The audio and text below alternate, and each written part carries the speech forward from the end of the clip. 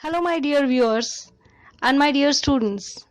Thank you so much for your response and positive comments. Today, I have taken the book Hornbill, it's from class 11th, and I have chosen the poem A Photograph.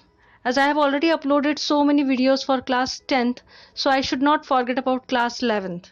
So, before I begin, I would like to welcome you all to watch my channel Easy English Education. Please let me know what all things can be done to make my channel more interesting. I'm eagerly waiting for your comments. Please comment if you like and anything you want, I can do it for you. Let's have some information about Shirley Tolson, the poetess.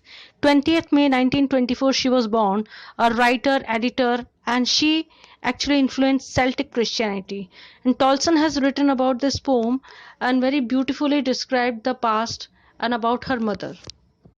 So let's begin. The cardboard shows me how it was when the two girl cousins went paddling, each one holding one of my mother's hands, as she, the big girl, some 12 years or so. Here the cardboard is actually about the photo frame. Here she can see her mother's old photograph when she was just 12 years old. So an old photograph of poetess mother which was pasted on a cardboard, makes the poetess recall the old memories of her mother's childhood. The photograph is a depiction of her mother's enjoyable moment at a sea beach with her two cousins, who were younger than her. They were walking in the shallow water with bare feet. Paddling, they went there by paddling with the feet. And the mother was standing in the middle of the two sisters. Do not say cousin sisters. Cousins itself is the complete word. So when the mother was just 12 years old and the two younger sisters, the cousins were standing, they all the three were enjoying that moment.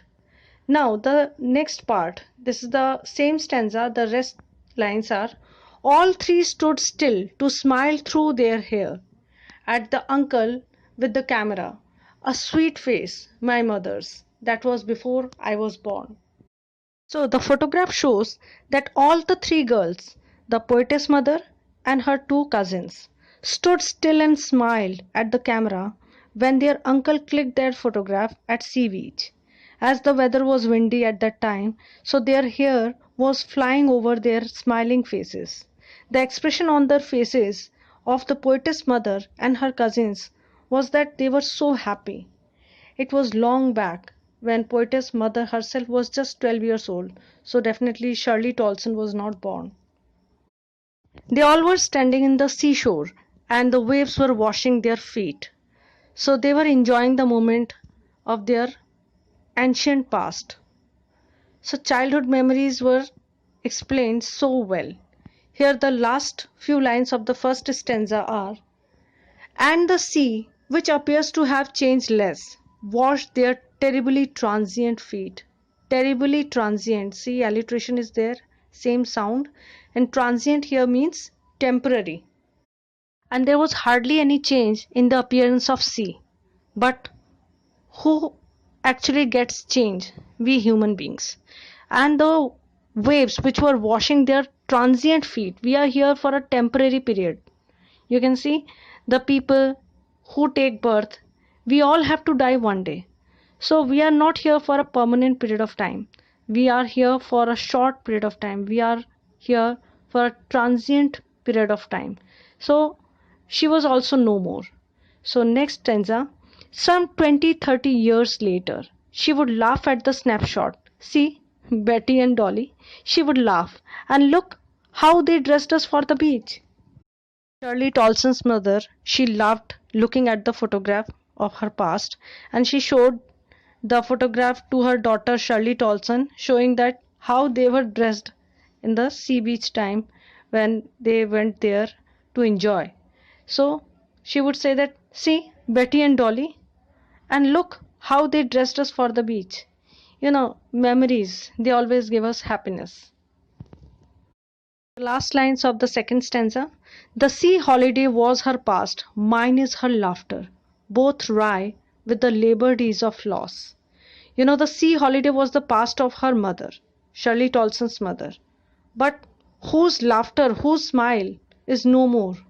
That is Shirley Tolson's mother was no more. So both wry means both the happy moments were completely twisted, means turned. The poetess Shirley Tolson remembers her mother and she feels nostalgic. The word labored and ease are completely opposite to each other, but describes the same entity, that is loss. Means now her mother was no more, her laughter was no more, and the sea holiday was also a matter of past.